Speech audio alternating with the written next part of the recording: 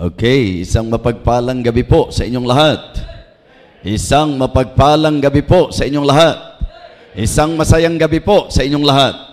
Well, ngayong gabi, gusto ko pong sabihin sa inyo na talagang ako po ay lubos na nagagalak. Mula po nung unang gabi pa lamang sa ating pong pagtitipon, ewan ko po sa ilan sa atin, but I can say that the powerful hand of God, ito po ay obviously, sa dalawang gabi po na nakaraan ay gumawa po sa bawat isa sa atin. Sino po ang nandito nung first night? Pakitaas ang kamay. Wow. Okay. Nung second night, sino po yung nandito? Ayan. All right. So, ngayon, nandito po kayo?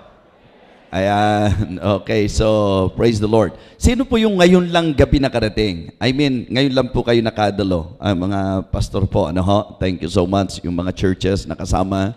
Well, dahil mahal po namin kayo, at least bigyan po natin ng konting ideya sa kung ano po yung ating tinalakay. Nung first night, ang tinalakay po namin ay ang patungkol sa paglagpas sa ating nakaraan.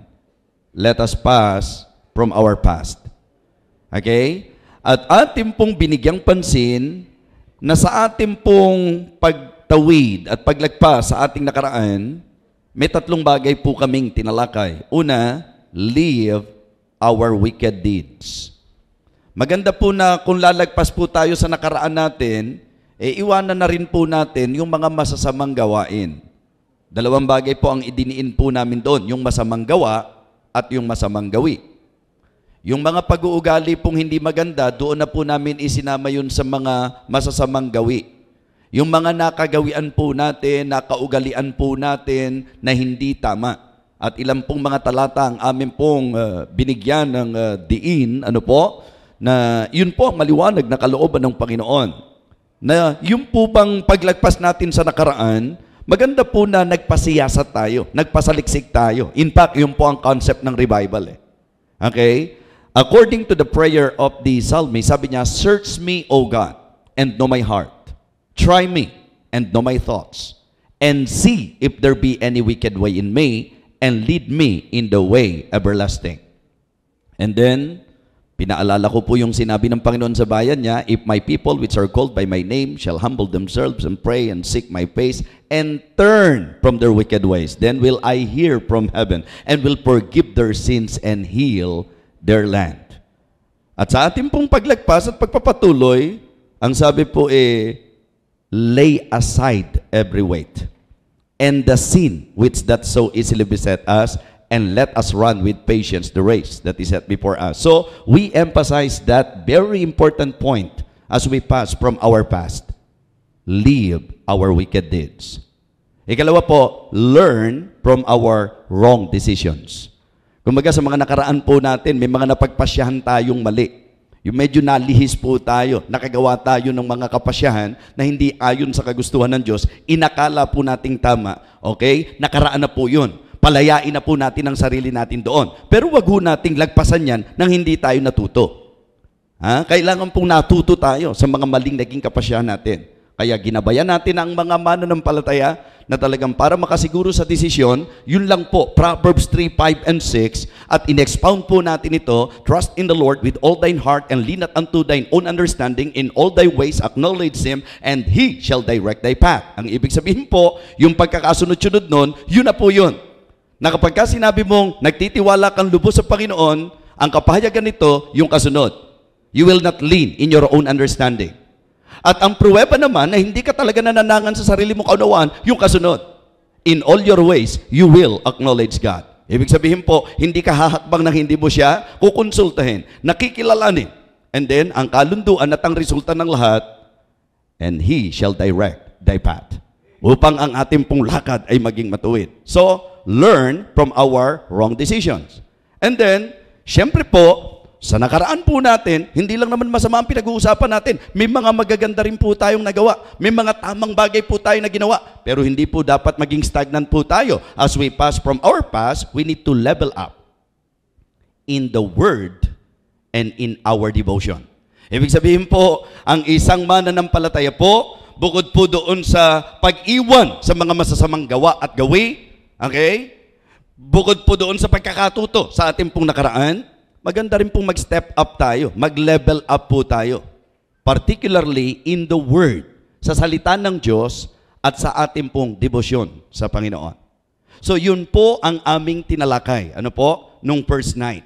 This is about, doon nga po sa idea na lagpasan na natin ang nakaraan. Pero tiyakin po natin na ito po ay hindi magiging kalugihan, kundi magiging magandang kahihinatnan ng bawat isa po sa atin. Okay, tapos, kagabi. Ano po tinalakay natin kagabi? Ano po? Hindi ho maliwanag eh. Ano po? Paano raw po natin gagawin yon? Diba? Kasi yun po ang sabi ng Bible. I will bless the Lord at all times. His praise shall continually be in my mouth. Di ba? My soul shall make her boast in the Lord. The humble shall hear thereof and be glad. Oh, magnify the Lord with me, and let us exalt His name together. At para daw po maparangalan ng Diyos, tatlong bagay din po ang tinalakay namin. Una po, always recognize the blessings of the Lord. Tuwang-tuwa po ang Diyos, napapapurihan po ang Diyos, napaparangalan po ang Diyos kapag tayo po ay kumikilala sa mga pagpapala ng Diyos sa ating buhay. Marami pong nanglulupaypay sapagkat wala nang tiningnan kundi ang ikasasama ng loob, yung ikanyang ikagagalit, yung kanyang ikarereklamo, pero ang nakalimutan po niya sa katotohanan ng buhay mananampalataya, kung meron po tayong dapat mabigyan ng pansin, ito po ay ang hindi mapapasubaliang masaganang pagpapala ng Diyos sa ating buhay. Amen? Always recognize the blessings of the Lord. Sabi ko nga, sa lahat ng blessing na iniisip ng tao, meron pa ba kayong ipapantay sa pagpapala ng dakilang kaligtasan? Di po ba? So the greatest blessing among all blessings that a man can ever receive, it is the blessing of salvation. And we should always praise the Lord. We should exalt the Lord because we're saved. Amen? Dahil tayo po'y ligtas. At kung ikaw ay may matinong kaisipan bilang mananampalataya, magiging katulad ka ng psalmist na nakikita mo ang buhay na puno ng benepisyo at ng pagpapala ng Panginoon. So if you really want to exalt God, you should always recognize the blessings of the Lord. Okay? Second, you should always resolve to bless the Lord. Pinagpapasyahan po yan. Dinidetermina sa puso yan. Whatever happened, like Job, the Lord gave, the Lord that take it away, blessed be the name of the Lord. Always resolve to bless the Lord. Okay? And then, yung pangatlo po, if you really want to exalt God, you should always rely and believe the Lord.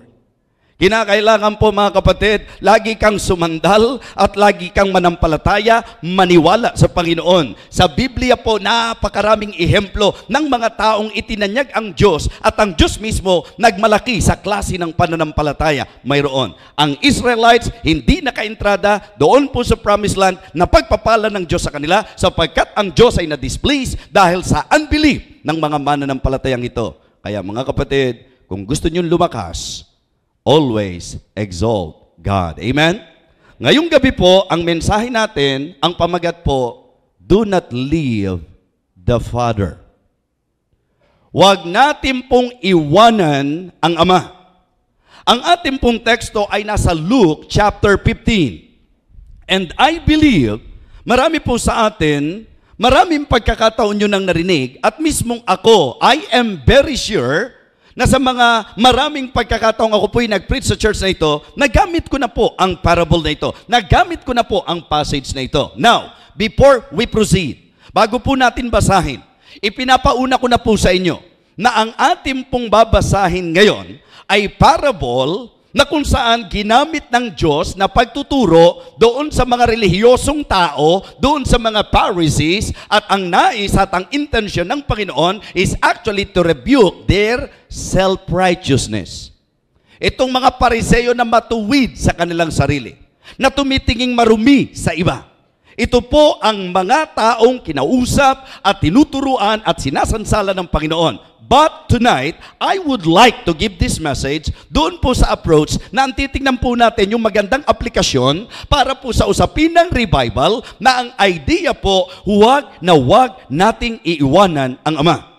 Do not go away. Do not leave our Father. At kung sakali man ngayong gabi, nakita mo, lumayo ka na sa Kanya, go back to the Father. Bumalik po tayo sa ating Ama. Tayo po tayong lahat. Luke chapter 15, please. All right. Luke chapter 15. Dito po nakakita tayo ng ilang mga parables na ginamit ng Panginoon. Yung parable po ng lost silver coin, yung parable po ng lost sheep, at yung parable ng lost son. At dito po sa parable ng lost son, po pwede pong gamitin ito sa dalawang magandang aplikasyon. Ito po ay maaaring i-apply sa evangelistic, na yung pong pinakasentro na ang isang taong makasalanan na magsisisi at lalapit sa Panginoon ay magdudulot ng kagalakan sa langit. Okay? Pero ito po'y magandang gamitin din sa application po para sa mensahe ng revival. Sapagkat ang parable ay nagsaysay sa atin ng storya ng anak na nagpasyang lumayo sa kanyang ama at kung anong klaseng buhay nagkaroon siya at ang naging solusyon sa lahat ng ito ay ang kapasyahang muling bumalik sa ama. So this time, let me read to you our text. Luke chapter 15, beginning verse number 11. Kung nakita na po, gusto ko lang malaman, please say amen. All right. Ganito po ang sabi ng Bible. And he said, a certain man had 2 sons. And the younger of them said to his father, Father, give me the portion of goods that falleth to me. And he divided unto them his living. And that many days after, the younger son gathered all together and took his journey into a far country. And there wasted his substance with riotous living. And when he had spent all, there arose a mighty famine in that land. And he began to be in want. And he went and joined himself to a citizen of that country, and he sent him into his fields to feed swine. And he would fain have filled his belly with the husk that the swine did eat, and no man gave unto him. And when he came to himself, he said, How many hired servants of my father's have bread enough and to spare, and I perish with hunger. I will arise and go to my father, and will say unto him, Father, I have sinned against heaven and before thee, and am no more worthy to be called thy son. Make me as one of thy hired servants. And he arose and came to his father. But when he was yet a great way off, his father saw him, and had compassion, and ran and fell on his neck, and kissed him. And the son said unto him, Father, I have sinned against heaven and in thy sight. I am no more worthy to be called thy son. But the father said to his servants, Bring forth the best robe, and put it on him. And put a ring on his hand, and shoes on his feet. And bring hither the fatted calf, and kill it, and let us eat, and be merry. For this my son was dead, and is alive again. He was lost, and is found. And they began to be merry. Let us come to the Lord in prayer. Our gracious, loving Father, thank you so much for this gathering. Thank you for this wonderful opportunity, O Lord, that we will listen to your word. Lord, I pray that you will empower me tonight. Without you, O Lord, alam ko wala po akong magagawa. Help me, Lord. Empower me. Fill me with your Holy Spirit, Heavenly Father. Thank you so much. And I pray that as I preach the message, you will talk to your people tonight. Lord, accomplish your will in our midst. For this we ask and pray. In Jesus' most precious name. Amen. Amen. Okay, please be seated. Nais ko pong idiin sa inyo na ang approach ko po ngayong gabi ay more on application.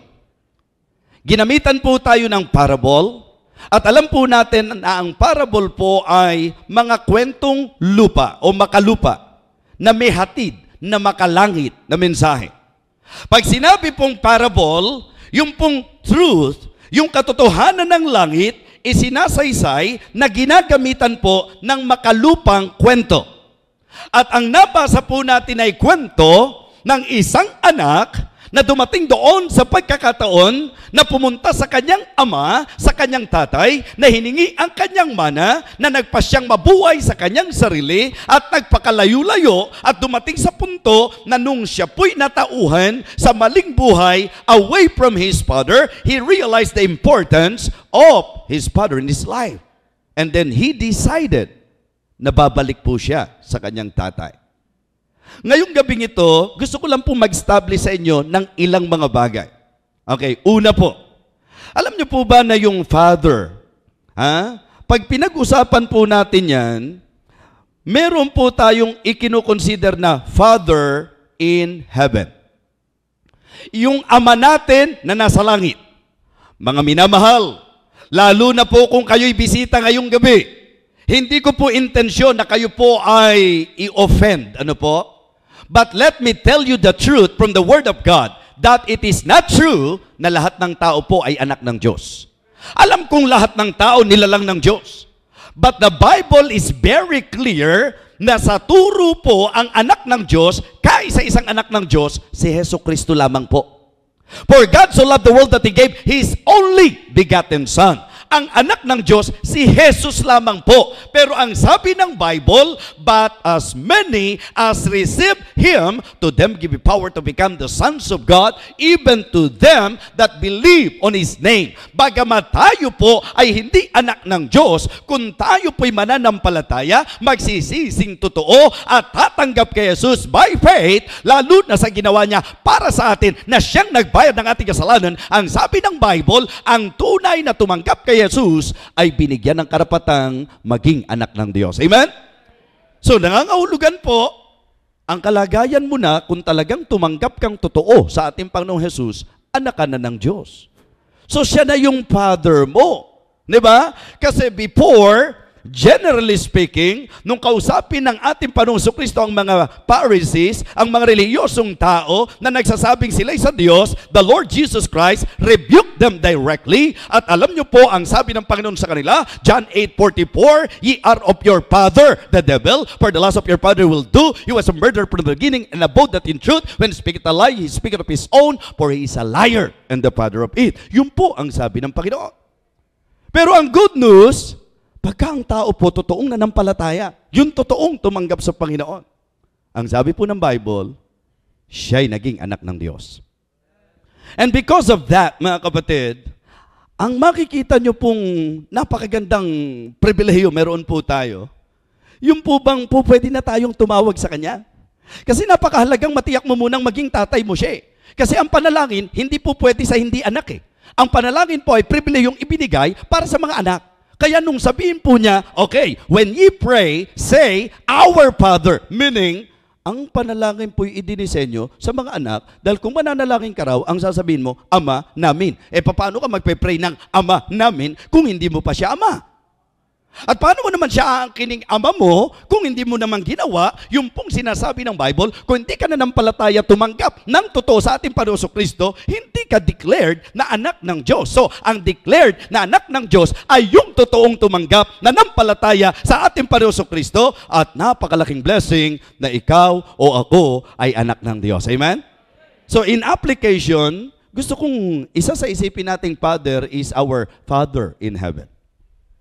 Ikalawa po is the father in the home, in our home. Ito po yung biological tatay. Di ba? Ito po yung asawa nung nagluwal sa'yo. Ito yung tatay mo na sa Biblia, meron din pong malinaw na turo sa relasyon natin, sa mga magulang natin, sa tatay natin. Ang sabi ng Bible, okay, honor thy father and thy mother. Igalang mo ang iyong ama at ang iyong ina. So, meron tayong tinutukoy na father in our home. Meron din po tayong dapat kilalaning father in the house of God. We have Father in heaven, Father in our home, and Father in the house of God. Yun po ang pagsasabi ni Apostol Pablo na siya bilang mangangaral, na siya bilang tagapanguna, na siya bilang pastor. In 1 Thessalonians chapter 2, verse number 11, ang sabi niya, how we exhorted and comforted all of you as a father doth his children. Hindi po para magpatawag si Pablo ng father. Hindi po para magpatawag si Bishop Fernandez ng father. Hindi po kami para magpatawag ng father. Dahil ang sabi nga po ng Bible, call no man a father on earth. Ang ibig sabihin po, when it comes to spiritual idea po, ang kinukuha natin yung concept na ang mga pastor natin ay tumatayong tatay po natin sa usaping pangangalaga ng ating kaluluwa na hindi po kahaling tulad nung tatay nang tinutukoy po yung Diyos. Naintindihan po natin? So napakahalaga po na may consider po ninyo. Kaya ho, importante na sa anumang aplikasyon, titiyakin ko, it is not God's will na tayo po'y lumayo sa Ama natin sa langit. Na tayo po'y lumayas at layuan natin ang Ama natin sa lupa. At tayo rin po ay lumayas at iwanan natin ang Ama natin sa bahay ng Panginoon. Yung tamang relasyon na itinuturo ng Banal na Kasulatan.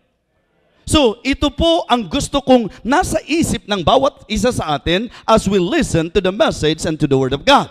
Now, ang mensahe po natin, do not leave the Father. So, parang gusto ko po na habang pinag-aaralan natin to, wala namang masama na isipin natin yung tatlong Father na pinag-usapan natin, pero gusto ko po, mas focus po tayo on the idea na kung meron tayong hindi dapat gawin sa buhay natin, ito po ay yung magpasya tayo na iiwanan natin o lalayo tayo sa ating Diyos. Amen? So parang mas gusto ko pong yun ang sentrohan po natin. Yung idea po na ako at ikaw, kung sinasabi mong Kristiyano ka, don't you ever do that. Na ikaw ay lalayo at hihiwalay sa iyong Ama. Tingnan na po natin ang storya, okay? Palagay ko po, kalabisan na para i-detalye at ikwento ko pa po sa inyo yung tungkol dito sa prodigal son. Anyway, nabasa na po natin, di po ba? Ngayon, gusto ko na lang pong tumingin tayo ng ilang mga bagay na magbibigay sa atin o magdadala sa atin sa realization kung bakit po ang diin ng mensahe natin, huwag mong iwanan ang Ama. Okay? Number 1, let us consider the absence of the Father. Gusto kong tingnan nyo po na sa naging istoryang ito, narito ang prodigal son, he approached his father at ang sabi niya, Tay, ibigay mo na yung mana na para sa akin. Okay? Sabi ko nga po sa inyo, pag kayo ay nag-usisa, ano ang lalabas na problema nitong prodigal son? Diba? Kung mag-consider po tayo ng salita ng Diyos, kapag ka po tayo'y medyo, alam niyo po yun, masuri. Ano sa palagay niyo ang problema ng prodigal son sa naging istoryang ito? Diba? Unang problema po niya, submission. Ang ibig ko pong sabihin, itong prodigal son na ito, may problema sa submission. Hindi siya willing na may tatay na kailangan niyang sundin. Hindi siya willing na may tatay na magpapasakop siya. Hindi siya willing na may tatay na sasawayin siya. Hindi siya willing na may tatay na pipigil sa hindi dapat gawin niya. Ayaw niya na may tatay. Ibig sabihin po mga kapatid, ito po'y larawan ng isang taong rebelde na gustong mabuhay sa kanyang sarili na walang sino man na authority na nasa sa kanya. Okay? So mga kapatid, not submissive. Meron tong submission problem, di ba? Dahil ang gusto niya, lahat ng pasya niya, magawa lang niya. Yun po ang gusto nitong prodigal son. Hindi lang po yan. Yung satisfaction problem.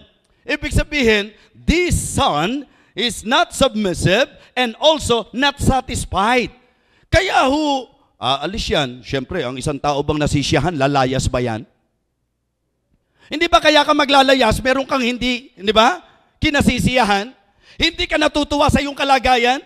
Hindi ka nasisiyahan sa kung ano ang sitwasyon mo sa buhay? So I believe the reason why this prodigal son, nagkaroon ng ganong decision, nalalayas po siya, may hinahanap siya. Di ba? Nang higit doon sa kung ano lang po yung nararanasan niya sa buhay niya. Alam niyo ho, pag tiningnan niyo to sa buhay ng mga Kristiyano, Kristiyano. Ang Kristiyano po na magbabackslide ay yung mga Kristiyanong hindi masaya sa kanilang Christian life. Okay?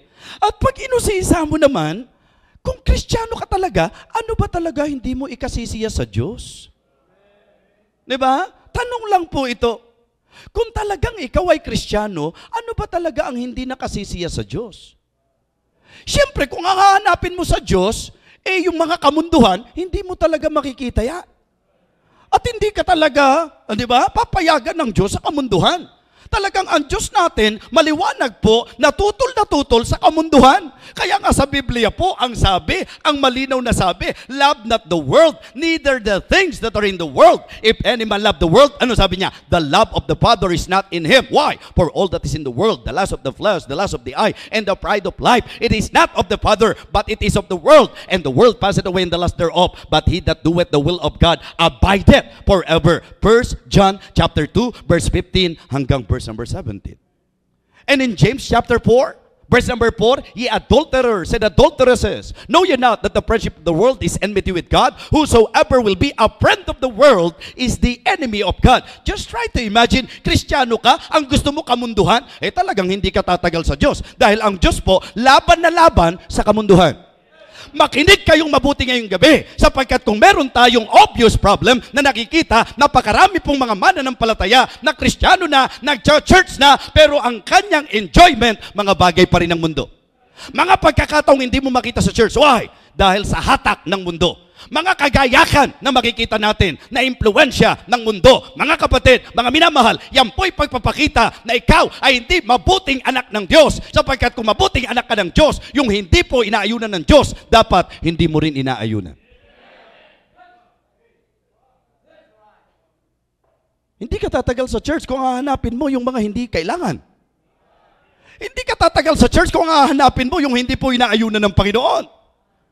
Mga kapatid, mga minamahal, ang Diyos po ay nangako at makikita nyo po na sa setup, walang pangangailangan ng anak na hindi kayang ibigay ng Ama. Lahat ng pangangailangan natin, kung Kristiyano ka, lahat ng kailangan natin, pangako ng Diyos, ipoprovide niya. Pero hindi niya sinabi, lahat ng layaw natin. Hindi niya sinabi, lahat ng gusto natin. Ang sabi niya, lahat ng kailangan natin. Amen?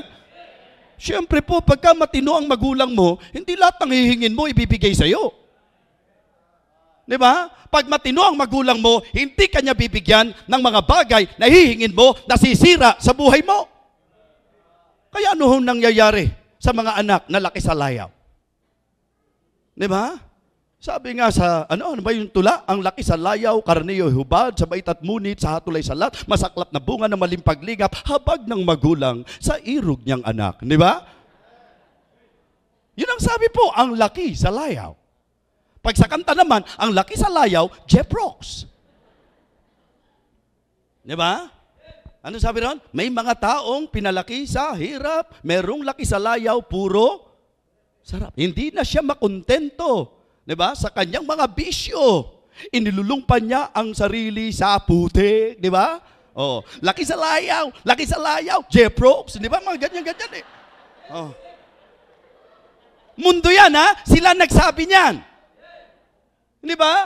So, bakit ngayon kung Kristiyano ka, hahanapin mong pilit sa church yung mga kalayawan ng mundo, yung mga bagay ng mundo? Mali ka, hindi ka tatagal. Bakit? Hindi mo makikita sa church yan.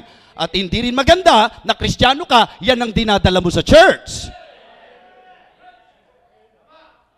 Yung iba po hindi na nasyahan sa kamunduhan sa labas, pati sa church gusto pandali ng kamunduhan eh.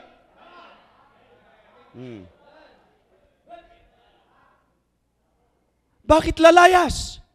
Hindi kasi willing magpasakop. Bakit lalayas? Hindi kasi nasisiyahan. Ha? Not satisfied. At ito ang pinakanakita kong matinding kaso nitong batang ito, nitong anak na ito. Alam niyo po kung ano? Not sensitive. Sensitivity problem. Alam niyo po, sabi niya sa tatay niya, Tatay, ibigay mo na yung mana na para sa akin. Just try to imagine. Pinoy, nagkakaintindihan ba tayo? Alam niyo po ba, lalo na sa usapang Pinoy, sa ating pong kultura, kailan kinukuha mana? Ay, ano ngayon ang ibig sabihin nitong prodigal son? Daddy, I would like to treat you as dead. Parang ang gusto niyang ipunto, wala ka na sa akin. Bigay mo na yung mana na para sa akin. Alam niyo po, pag ganito lang natin pinagkwentuhan yan, marami kayong po pwedeng ibatong hatol sa prodigal son. Pero maganda rin pong bago natin batuhin ang hatol ang prodigal son, itanong natin sa sarili natin ngayong gabi, tayo ba hindi ganon? Are you listening? Tayo ba hindi ganon? Tayo po ba yung handang sumunod sa tatay natin? Tayo po ba yung handang masyahan o nasisyahan sa kung ano ang para sa atin at kapasyahan ng Diyos para sa atin? Tayo po ba yung nag-iingat sa damdamin ng Diyos? O ikaw, kapatid, lahat ng ginagawa mo, wala ka ng pakialam kung masusugatan mo ang puso ng Diyos, kung masisira mo ang patutuo ng church. Mga kapatid, you better wake up. Yun ang nakita ko pong mga dahilan para dumating siya sa ganung kapasyahan na iiwanan niya ang kanyang tatay. So ituloy natin ang pangyayari. Nagpaalam siya, kinuha niya yung manang para sa kanya, at ano na ang sumunod? And he went into a far country. Siyempre, nung lumayo na siya, wala na siya sa puder ng tatay. Wala na siya sa piling ng tatay niya. Yun ngayon ang magandang matutunan natin, mga kapatid. Pagka ang isang Kristiyano, ini-apply natin sa Kristiyano, na lumayo, sa isang Kristiyano na buhay sa sarili, sa isang Kristiyano na ayaw na may pastor na nangangaral, sa isang Kristiyano na ayaw may pastor na nangsasawahi, sa isang Kristiyano na gustong mabuhay sa lahat ng kanyang kagustuhan. Tingnan niyo po, nung siya'y lumayo, wala na siya sa poder ng kanyang ama. Ang tanong ko ngayon, ano ang sabi ng Biblia na nangyari sa prodigal son? Away from his father.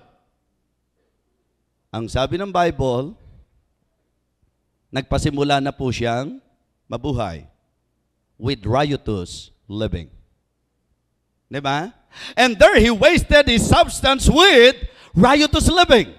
Ang ibig sabihin po, palungi at paluging pamumuhay. Nabuhay po siya, mga kapatid, sa walang katiyakan, na walang tunay na kapakinabangan. Sinira ng taong ito ang buhay niya. Mga kapatid, gusto kong sabihin sa inyo, it is always wrong to live, diba? Away from your father. It is wasting. It is wrong. It is wasting. Pagsasayang. Mga kapatid, gusto ko lang pong patayuin sa inyo si Sir Lumanog. Brother Lyndon, please. Halika dito sa harap. Sa mga hindi po nakakaalam, si Brother Lyndon Lumanog, September 7, 1984, ako po ay kanyang kinausap at sinabi po niya sa akin na ako ay makasalanan, na kailangan ko magsisi, at kailangan ko manampalataya at tanggapin si Jesus bilang aking tagapagligtas. September 7, 1984, tumanggap ako sa Panginoon dahil sa taong ito. Siya po ang ginamit ng Diyos kung bakit ako na-save. At sa early years ng buhay ko bilang worker, pinagtiyagaan niya po ako. Wala akong kakwenta-kwenta ang buhay ko, mga kapatid. Walang bagay na nanasain sa buhay ko. Pinagtsagaan niya ako sa early years ng aking pagkakristyano. Dinisciple po niya ako. But you know, dumanas po siya ng matinding persecution. So meron pong ilang mga struggles sa buhay, pananampalataya, and then pinersecute po siya sa bahay nila. Alam niyo po ang naging takbo ng isip ni Brother Lyndon? Ang sabi po ni Brother Lyndon, okay, total, pine-persecute niyo ako. Gusto ko ipakita sa inyo kung ano magiging buhay ko pagka ako ay pinatigil niyo sa church. He decided to stop. At alam niyo po kung gaano siya katagal huminto? More than 20 years. Balikan na, Brother Lyndon. More than 20 years. At kung tatanungin niyo siya kung anong klaseng buhay siya, doon po sa mga karanasan, mga kapatid, kahit anong maranasan niya, aminado po siya na yung totoong saya na dulot ng Diyos, ni minsan, hindi niya totoong naramdaman. Ang ibig ko pong sabihin, pwede naman may mga enjoyment tayo Diba? Lalo na sa mga kung ano-anong mga activity natin sa labas or katuwaan natin sa labas. Alam niyo po, nung November, ako po'y nag-celebrate ng aking 25th anniversary as pastor. Ang ibig ko sabihin, kung bibilangin niyo po yung panahon ng aking pagpapastor, halos yun ang panahon na siya po'y malayo at wala sa church. At alam niyo po ang conviction ko, I am always praying, Lord, sana po gamitin mo naman ako para makabalik siya sa iyo. Alam ko ang hirap na ng laban. Mga kapatid, alam niyo po, ito ang na-realize ko Ang dali-daling humakbang palayo. Pero ang mahirap po yung hahakbang ka pabalik. Yung mga lumayo po, alam nyo sasabihin, gusto ko na sanang bumalik kaya lang nahihiya na ako Yung pagbabalik sa Panginoon, hindi po nakakahiya yun. Kung tutusin po ang nakakahiya, nung nilayuan mo ang Diyos, yun nakakahiya, ginawa mo Ngayon, kung ikaw ay babalik sa Diyos, hindi nakakahiya yun, nakakatuwa yun, mga kapatid. Amen? Alam niyo, sabi ko kay Sir Lumanog, sabi ko, Sir, just try to imagine, kung hindi ka tumigil, kung hindi ka huminto, ilang FDB sana, ilang Pastor de Vega sana ang nadala mo sa Panginoon. Baka 2 kami, baka 3 kami. And try to imagine, kung 2 kami, kung 3 kami, kung 5 kami, for that long period of time, just try to imagine, more than 20 years, that is very possible na marami pa sanang FDB ang mailalapit niya sa Panginoon. Pero dahil siya'y lumayo, wala po yun. Sabi ko, yun yung ilalapit mo pa lang. Yung ikaw mismo, ano yung i-accomplish ng Panginoon sa buhay mo sana kung hindi ka lumayo? Pero sabi ko, Sir, kahit anong sabihin natin, tapos na yun Kung merong pinaka-importante na ngayon, yung pagkakataong ibinigay ng Diyos sa'yo. Mga kapatid, alam nyo, ang pinakadakilang regalong natanggap ko sa 25th year ng aking pagpapastor, yung ako po'y gamitin ng Panginoon na manumbalik ang taong ginamit ng Panginoon sa aking buhay para ako maligtas. So please pray for Brother Lyndon. Ang usapan namin, wala na kaming iwanan sa Panginoon. Amen? Ako po'y pastor. Sabi ko sa kanya, kahit pastor ako, talagang sa heart ko, hindi ko makakalimutan, ginamit ka ng Diyos sa akin. Kaya nga sabi ko, nakapagtataka, may mga mananampalataya po, kung tutuusin, ang pastor hindi lang ginamit sa iyo para maligtas ka. Yan ang dahilan kung bakit ikaw ay na-train. Yan ang dahilan kung bakit ka naalagaan. Hindi po ba? So tapos, hindi ka kikilala. Sabi ko, I really appreciate you and I will be forever grateful to God because may Brother Lyndon na ginamit niya para ako ay masave. Amen? At ang ganda na ho ng kalagayan namin ngayon. Ako na po ngayon ang nagdi-disciple sa aking discipler. Yeah. Pero kung tatanungin niyo siya, ngayon po nakakailang buwan pa lang siya nung bumalik siya sa Diyos. Just try to imagine the joy.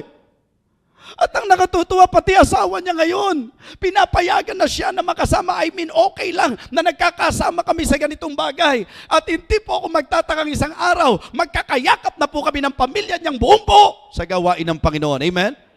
Sinagot nga ng Diyos na nakabalik siya. Bakit hindi sasagutin ng Panginoon na, At magtataka ba kung isang araw, ang guest speaker na dito, si Pastor Lyndon Lumanog. Amen? So, I mean, hindi natin alam kung ano po ang plano ng Diyos sa buhay ng isang tao. Pero isang bagay, titiyakin ko sa inyo, walang kakwenta-kwenta ang buhay mo kung ikaw ay malayo sa Diyos. So yung buhay po niyang masagana, yung buhay po niyang maganda, nung nagpasya po siya na lumayo, so makikita niyo po in that story, the absence of the father, ano nangyari ngayon? Yung buhay niya, mali. Wrong. Wasted. And worst. Di ba? Hindi lang po nasayang ang buhay niya, kundi napariwara talaga. At ang masakit nito, ang lala po mga kapatid. Bakit? Imagine nyo po, yung kasaganaan niya, bukod sa nawala, napalitan ng kagipitan, at ang kagipitan niya, hindi normal na kagipitan, kasi dumating sa punto na pati pagkain ng hayop, ninais niya. Just try to imagine. O ikaw, lalayo ka pa ba sa Diyos? Sana matuto na tayo sa storyang ito. Tingnan niyo po ang sabi ng Psalm 73. Sa 2 huling talata po ng Psalm 73, may magandang paalala po sa atin. Okay? Psalm chapter 73, verse 24 ba? Pakitingnan nga natin yan, yung last 2 verses. Psalm chapter 73. Ang sabi niya, Lo, they that are far from thee, yung 2 huling talata po ng Psalm 73, Lo, they that are far from thee shall perish. Di ba? Yun daw pong malayo. Yung malayo raw po sa Diyos. Ano nangyayari? Napapahamak. Verse 27, For lo, they that are far from thee shall perish. Thou shalt destroy all them that go a-warring. Okay? Ang sabi po, from thee, listen, but it is good for you. Amen? It is good for me to draw nigh. Amen? To draw near to God. Okay? That I have put my trust in the Lord God, that I may declare all thy works. Ang sabi, siyang lumalayo sa Diyos na papahamak. Mga kapatid, ang isang mananampalataya po na kanyang isa sa isang tabi at babaliwalay ng church, babaliwalay ng pastor, lalo na ang Diyos sa kanyang buhay, hindi tayo mapapabuti, mapapasama po tayo. So please, don't leave the Father. Itong revival meeting na to, magandang maging paalala, wag na wag kang lalayo sa Diyos. Gagawin lahat ni Satanas ang paraan para hatakin ka palayo sa Diyos. Kasi yan talaga ang trabaho niya. Ang trabaho talaga ni Satanas, mga kapatid, manira at manila. Ang gusto talaga ni Satanas, mga kapatid, gumawa ng paraan para isang young people na kagamit-gamit, dumating sa punto na siya'y malalayo at masisira ang buhay. Ayaw po niya ng mga Kristiyano na nagpapagamit sa Diyos. At sa mga kasaysayan, gaano karami na po ang mga dating ginagamit ng Diyos. Ngayon po, miserable ang buhay.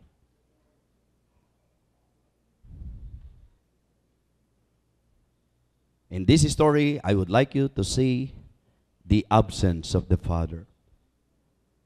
Kung meron ho tayong dapat pakaingatan at pakaiwasan na mangyari sa buhay po natin, ito po yung darating sa punto na malalayo tayo sa Diyos. Ang sabi po, nagpunta na po siya sa far country and there he wasted his substance with riotous living. Hanggang sa dumating yung famine doon sa land. And he began to be in want. Kaya nga sabi ko, no, just try to imagine, it is a life of wasting, wanting, and worst. Yun ang magiging klase ng buhay meron tayo. Buhay na lagi kang mangangailangan. Buhay na masasayang at maaksaya. At ang sabi po, worst. Yun ang nangyari sa prodigal son. Alam nyo, as we consider this message, sabi ko nga, try to use your imagination.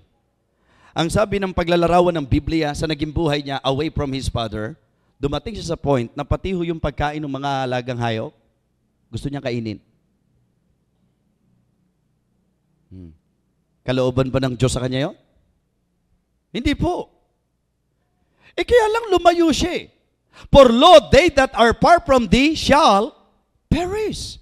Pagka lalayo ka talaga, mapapahama ka talaga, mapapariwara ka talaga, mapapasama ka sa talaga. Kaya kung ako ikaw, sana katulad niya. Alam niyo po ba na sa ganong klase ng kanyang buhay, sa ganong klase ng miserableng buhay na kanyang naranasan, dumating siya doon sa punto na naisip niya ngayon, ba't ganito nangyari sa buhay ko? Dati, di ba? Yan po ang malungkot na eksena. Yung mga Kristiyanong magsasabing, dati, kasama akong kumakanta sa choir. Dati, isa ako sa aktibo sa youth, sa aming church. Dati, very useful ako eh. Dati, gamit na gamit ako sa gawain ng Panginoon. Dati nakakaawit ako. Dati nakapagsusong lead ako. Dati kasama ako sa mga outreaches. Dati kasama ako sa visitation. Dati, yan po ang pinakamalungkot na statement. Yung pong dati.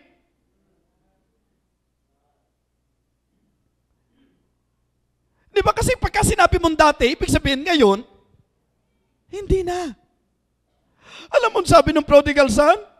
Dati, lahat ng kailangan niya, walang problema eh. Kumakain kami ng sapat at labis pa. Yun ang buhay ko dati. Yung mga anak, ang sabi nga niya, pati yung mga alila namin eh, yung mga katulong ng tatay ko, kumakain sila ng sapat at may naititira pa eh. Pero ako, tingnan mo buhay ko. Hindi ako alipin, anak ako. Pero bakit nagkaganito ang buhay ko? Mga kapatid, may mga pagkakataon po, mag-isip kayo mabuti. Kristiyano ka nga. Pero anong klaseng Kristiyano? Anong klaseng buhay? Kaya kahit kailan po ang church, wag na wag niyong lalayuan.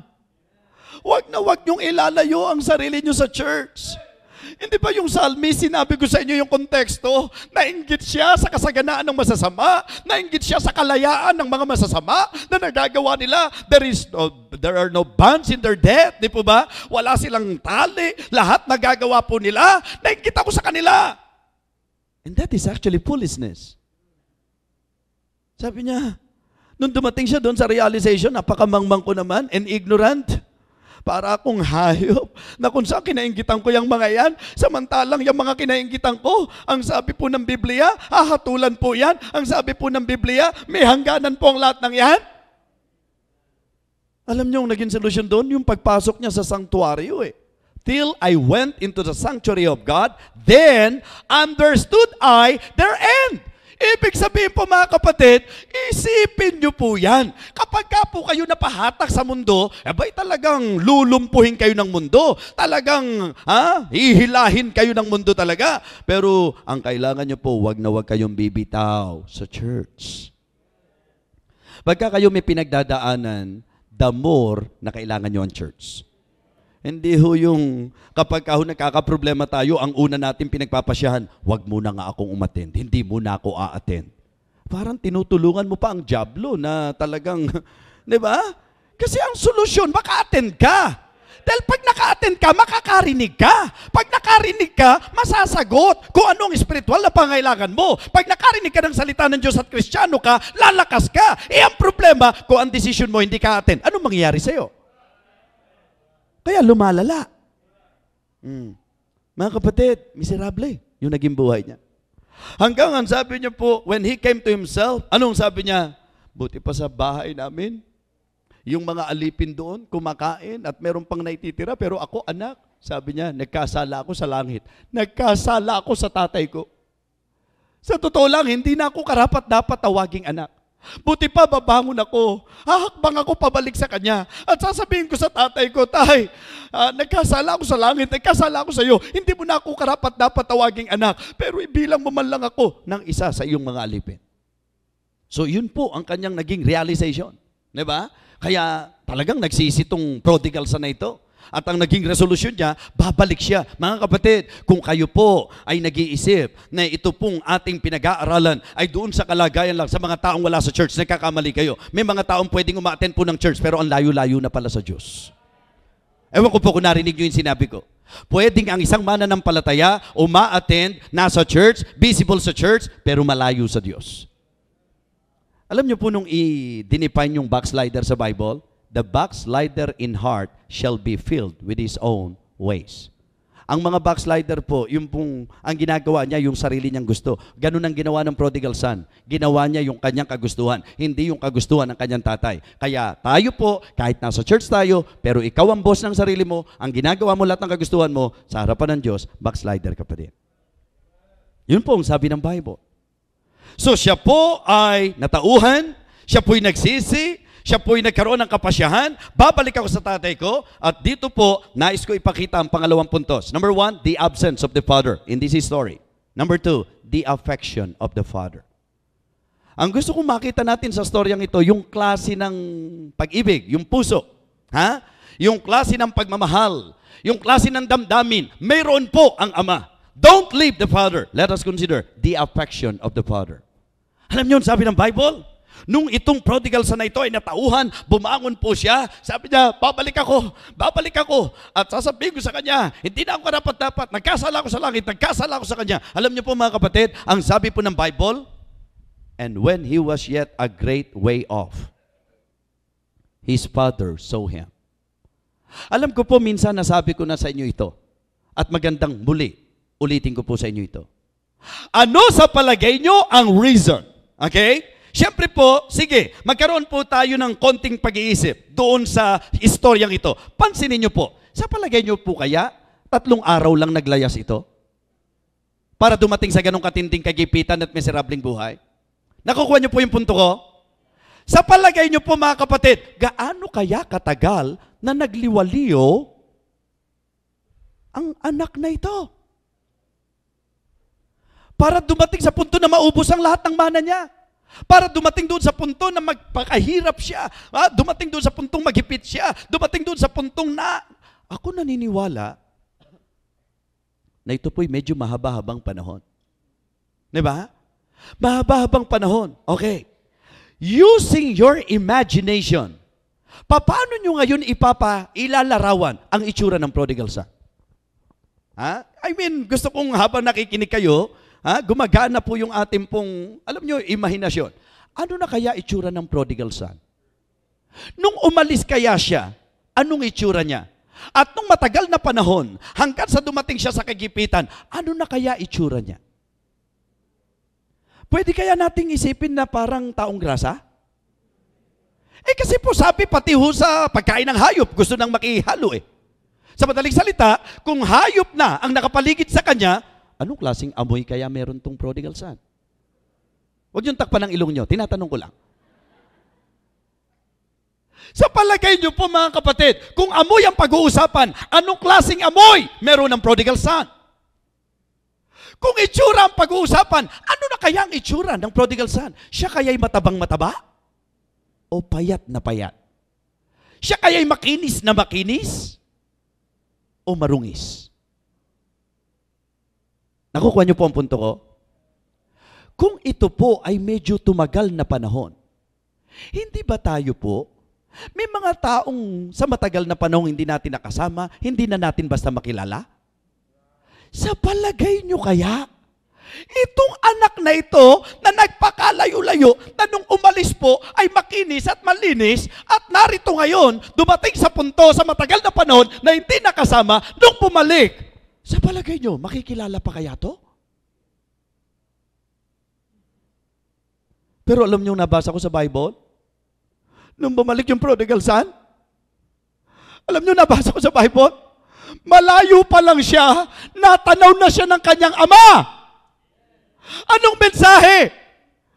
Bakit to sa tagal ng panahon na wala ang paglalahad ng Biblia? Malayo pa lang, natanaw na ng tatay niya. Mga kapatid, mali kaya ako kung ang iisipin ko po na kaya malayo pa lang, natanaw na siya ng kanyang ama. Kasi mula nung umalis siya, wala nang inabangan ng ama, kundi ang panahon na babalik ang aking anak.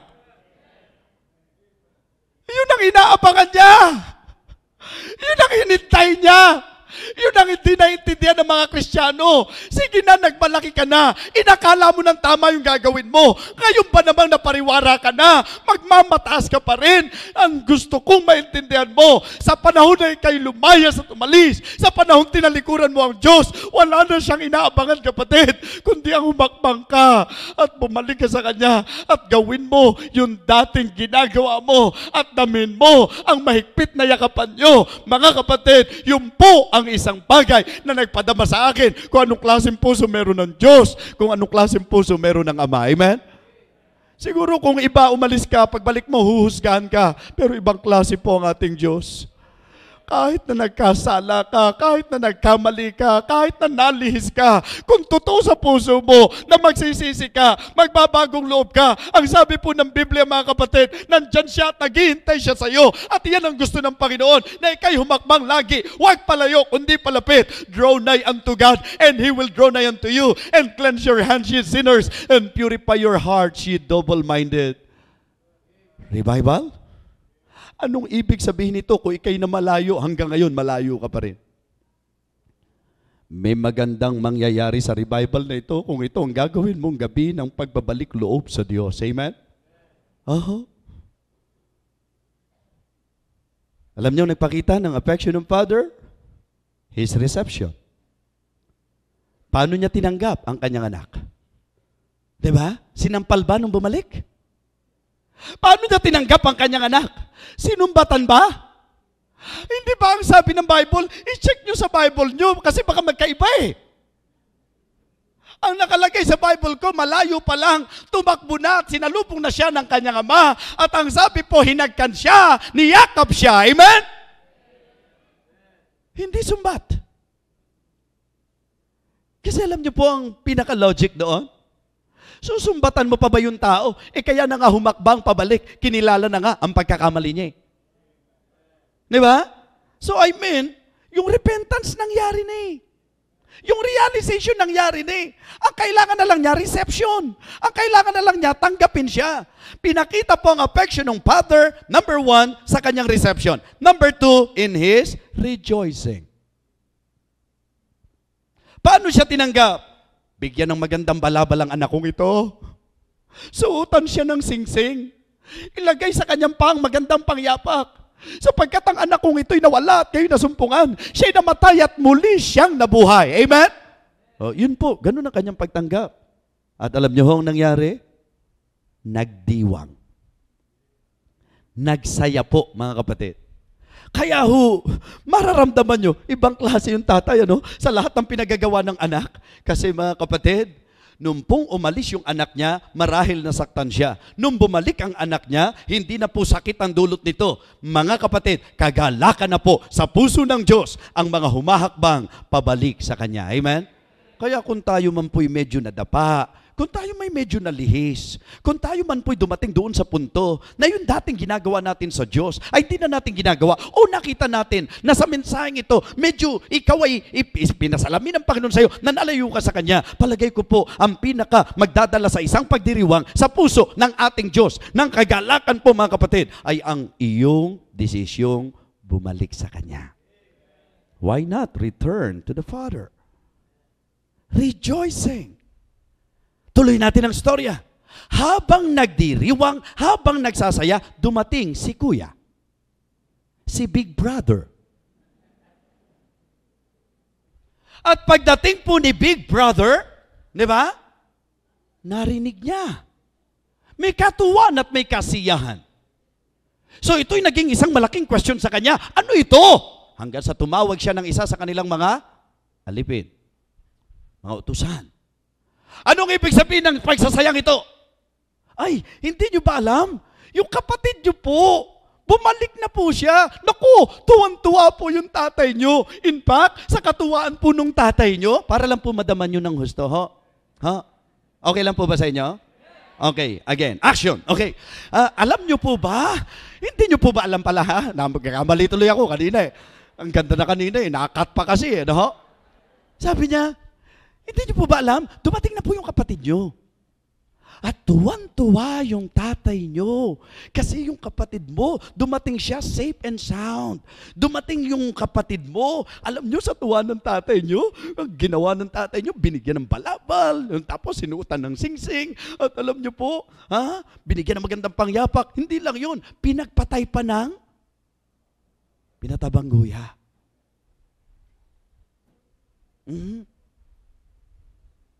Ang saya. Alam nyo, ibang klase ho yung okasyon pagka pinagpapatay ho ng pinatabang guya, mga kapatid. Kaya itong kapatid ngayon, matindi yung naging damdamin. Ganun pa ang ginawa ni tatay. Sa lahat ng kasamaan ng kapatid ko, ganun pa ang kanyang ginawa. Alam niyo po, hindi ako papasok, hindi ako papasok, hindi. Ganyan dating eh. Diba? Ano ho nangyari mga kapatid? Nung malaman ng tatay, tingnan nyo yung damdamin ng tatay ho, anak eh, siya pa ho ang lumabas para puntahan ang nadidimlang kaisipan. Diba? Na kapatid. Sabi niya, halika, pumasok ka na. Nandiyan na yung kapatid mo. Ano po? Papasok? Anong ibig sabihin ng pagsasayang ito?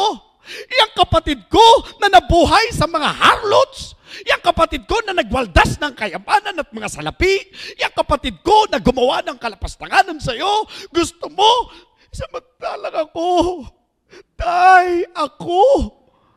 Grabe, no? Masyadong buong buhay ko, itay. Sinunod kita, itay. Wala kang kagustuhang sinuway ko. Yun ho ang maliwanag na larawan ng mga Pariseo. Mga self-righteous talaga.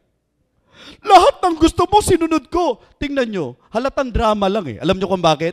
Kung totoo siya sa sinasabi niya, di sana, wala nang problema, sumunod na sana siya. Tama? Gusto niya sabihin, masunurin siya.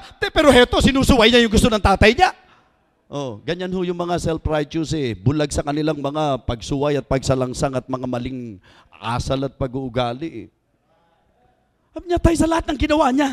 Ganyan pa, may kasiyahan pa. Ako ba, na ipagpatay mo man lang ba ako at yung mga kaibigan ko ng ganyan, ng pinatabangguya? Pero yung kapatid ko, matapos ang kanyang ginawa, ayan, nagdiriwang ka pa. Mag-isip kayong mabuti. Ano ba pinagdiwang ng tatay niya? Nung lumayas yung kapatid niya o nung nagbalik loob yung kapatid niya? Nagbalik loob eh. Eh di, dapat magdiwang, amen? Eh marami ho kasi, ganun ang takbo ng isip eh, parang yung kapatid eh. Kaya dito ka ako, sabi ko, mas magandang storyang ito, hindi prodigal son, dapat the prodigal brother eh. Ano ho?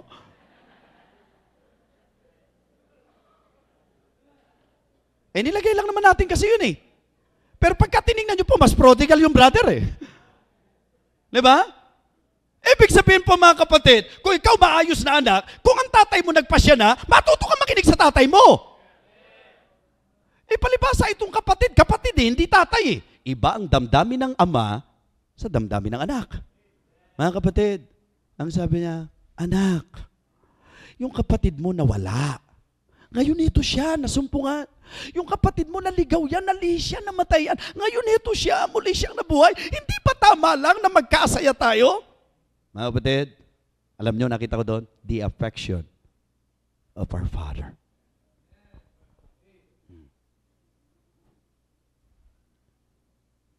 Kung kayo po ang tatanungin, sa buhay ng alibughang anak, ano kaya ang pinakamasaya na naranasan niya sa kanyang pagbabalik? Yung kayang gintong singsing? Yung kaya ang joy ng batang ito na siya'y nasuotan ng gintong singsing? Palagay nyo kaya yung ganda ng pangyapak o yung ganda ng balabal? Sa palagay nyo po, ano ang pinakamasayang naganap dito sa alibughang anak na ito? Yung muli niyang maranasan ang mahigpit na yakap ng kanyang ama. Kapatid, may tatanong lang po ako sa inyo. Kamusta po ba ang yakapan natin ng Diyos? Mahigpit pa ba? Kamusta na po ba ang relasyon natin sa Kanya? Yung distansya po, intimate pa ba tayo ng Panginoon? O marahil, ikaw ay libang na sa maraming bagay. Siguro ito na yung magandang pagkakataon para tayo na tayo. Magpasya na po tayo. At muli nating damhin ang mahigpit na yakap ng ating Ama. Amen? So nakita po natin, number 1, the absence of the Father. Number 2, the affection of the Father. Now alam niyo po, ito ang gusto kong maging lundo ng mensahe natin. The appreciation due to our Father. Sa lahat ng pagkakataon sa ating buhay, hindi man eksaktong ganito ang istorya natin, pero in application, mga kapatid, marahil naranasan natin to na minsay lumihis tayo sa Kanya. At ikaw kapatid na makapagpapatunay, even Brother Lyndon, this is actually another chance na ibinigay ng Panginoon sa Kanya. What do you think? Sa palagay niyo po, ano kaya ang deserve ng Panginoon? Hindi ba magandang i-appreciate natin yung klase ng Diyos na meron tayo? Alam niyo kung anong klaseng Diyos siya? Merciful. Napakamahabagin niya mga kapatid. Sa lahat ng ginawa ng prodigal son, alam niyo po kung anong dapat sa kanya? Hindi yun ang pinaranas sa kanya. Sa lahat ng ginawa ng prodigal son, yakap pa rin ang ibinigay ng Diyos sa kanya, ng tatay niya sa kanya. Amen? Mga kapatid, sabi ko nga, bagamat ang puntos natin, kung tutusin, nag-dwell doon sa yung mensahe po natin, doon sa 2 puntos. Yung pagpapakita po sa inyo na anong klaseng buhay tayo kung wala tayo sa piling, malayo tayo sa piling ng Diyos. At kung anong klaseng damdamin at pag-ibig meron ng Diyos sa atin. Sa bahagi natin, gusto kong lunduan ang mensahe. Kapatid, di ba magandang ma-appreciate natin ang Diyos na lagi na lang sa buhay natin kung tutusin? Sa napakaraming pagkakataon, nalilihis tayo. Sa napakaraming pagkakataon, nakakalimot tayo. Yung bang, mga kapatid, simple ito, yung dati mong ginagawa na hindi mo na ginagawa sa Diyos. Anong tawag mo doon? Paglapit sa Diyos o paglayo sa Diyos? Di ba? Yung dating intimacy, yung dating closeness nyo. yung dating pagiging aktibo mo, yung dating napakasaya mo sa gawain, yung dating lagi kang involved, mga kapatid, na ngayon hindi na ganun. Anong palalabasin nyo? Malapit kayo sa Diyos?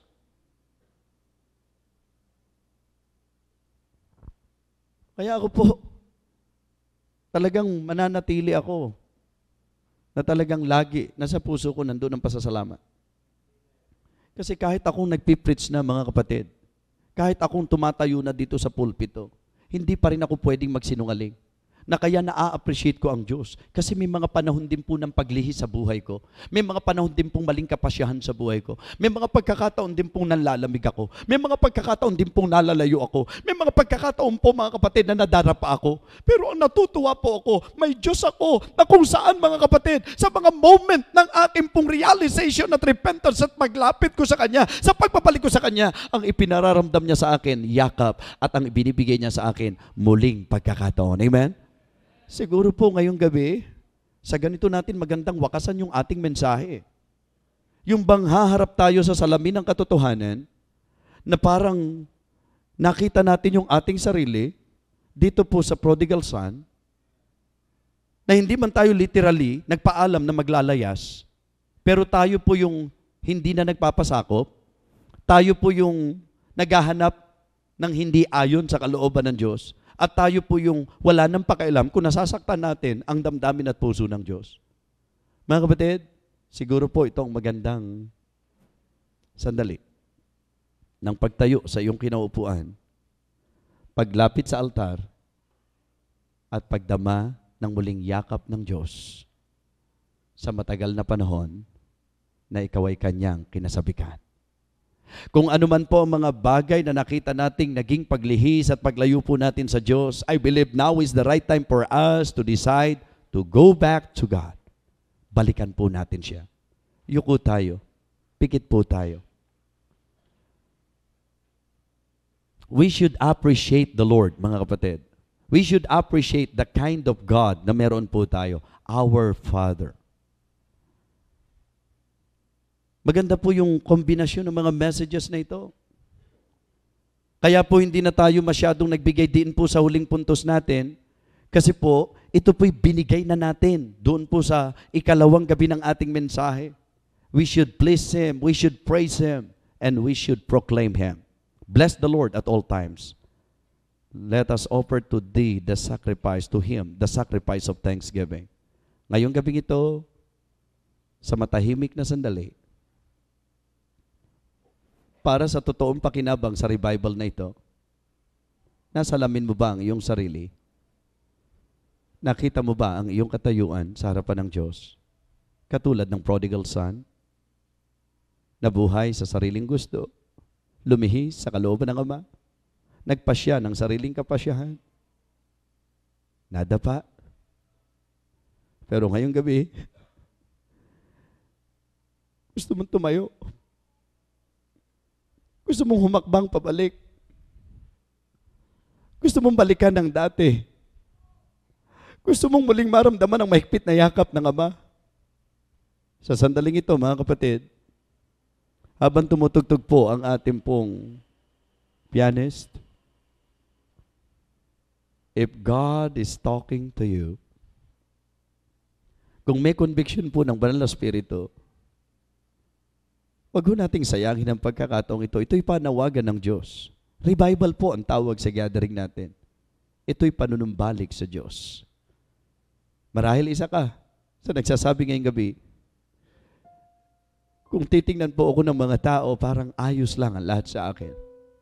Pero hindi po ako makatatanggi sa katotohanan. Sa mensaheng narinig ko ngayong gabi, ako po'y dinala ng Diyos sa realization.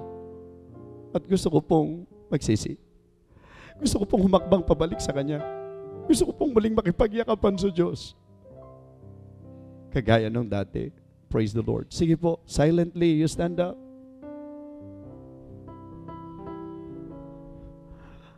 Wala naman dahilan para hindi mo siya hakbangan pabalik eh. Kasi sa totoo lang, sa naging paglihis at paglayo natin, wala naman siyang inabangan kundi ang humakbang ka pabalik sa Kanya. At ang iyong pagbabalik ay hindi po para sumpatan ka ng Diyos. In fact, ang gusto niya, muli mo siyang maramdaman.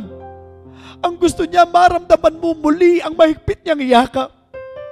Ang gusto ng Diyos, mabigyan ka ng muling pagkakataon. Ang kasiyahan ng Diyos, kung nasira man ang buhay mo, muli mo itong itatag at itayo sa pamagitan niya. Ngayong sandaling ito po, magandang sandali para sa iyo at para sa Diyos. Huwag niyo pong sayangin ang mensahe. Kung kayo'y kinilos at kinausap ng Panginoon, marapat lang na magkaroon po tayo ng kapasyahan katulad ng prodigal son. Alam kong hindi na ako karapat-dapat, pero alam ko na ang Diyos ay mahabaging Diyos. Alam kong mahal ako ng Diyos. Kung meron kang dapat ituwid, kung meron kang dapat pagsisihan, kung meron kang dapat itama sa kanyang harapan, ang Diyos ay nakaabang at naghihintay sa iyo. Huwag po tayong magmatigas ng ating puso. You better come and pray. Talk to God tonight. Sa taas, sa likod, kung ano man ang pangungusap ng Panginoon, ngayong sandaling ito, ikay makipagtotohanan sa Kanya. Tawagin ko po ang ating mahal na pastor.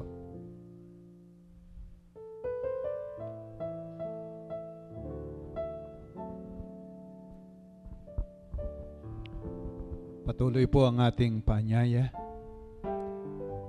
Ito po ang ating huling gabi.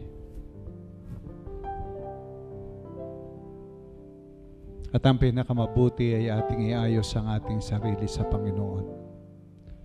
Safe po tayo sa Panginoon. Diyan sa taas, maaari kayong lumapit sa aisle, manalangin kung nais nyo. The only safe place ayon tayo kasama ng ating Ama. Meron pa po ba? Meron pa po ba? Alam nyo, napakabuti ng ating Diyos sa atin. Wala siyang inisip, kundi ang tayo'y Kanyang pagpalain. Ayusin ang ating buhay, ang ating spiritual life. Ilayo tayo sa lahat ng kapahamakan.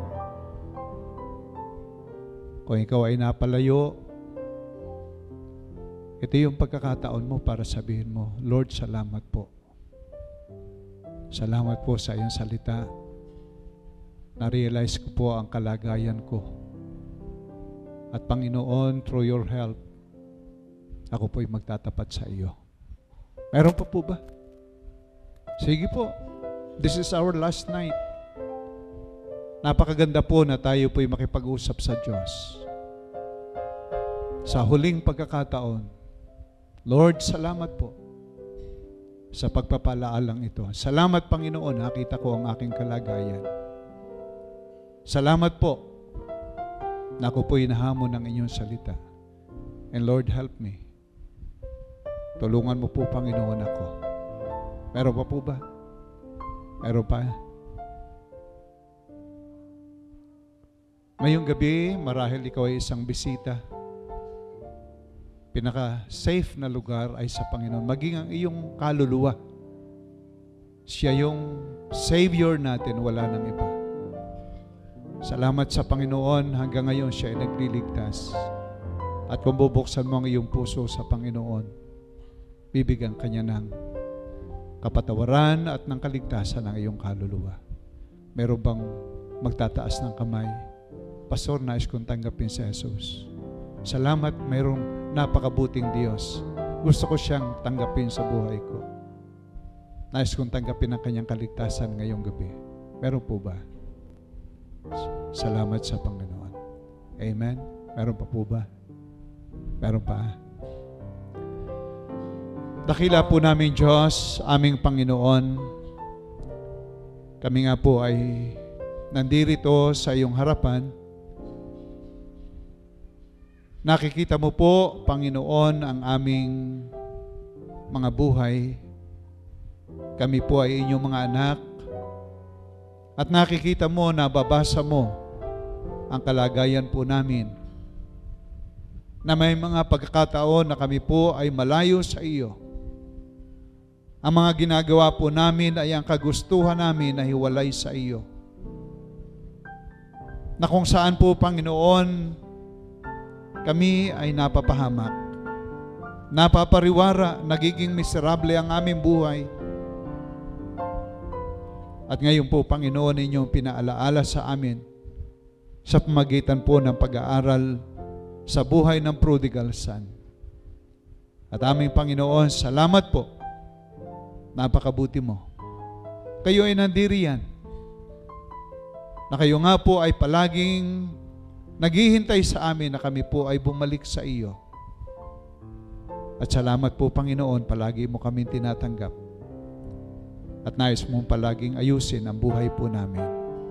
Aming Panginoon, iyo pong nakikita ang inyong mga anak at napapakinggan mo ang inyong mga anak na mayroon pong panalangin ginagawa sa kanilang sarili. Tulungan mo po, Panginoon, ang bawat isa.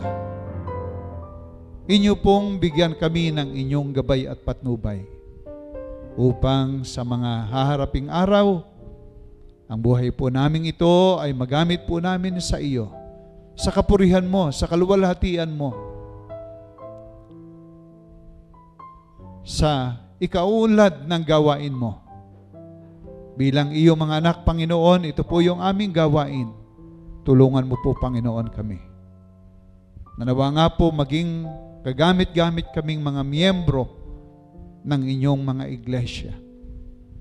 At aming Panginoon, kami po'y nagtitiwala sa iyo na ang aming pong dalangin ito inyo pong ipagkakaloob sa amin. Sapagat ito po'y aming hinihingi sa iyo na may pagpupuri at pagpapasalamat. At hinihingi po ang lahat ng ito sa iyo sa dakilang pangalan ng inyong anak, ang Panginoong Hesus. Amen at amen.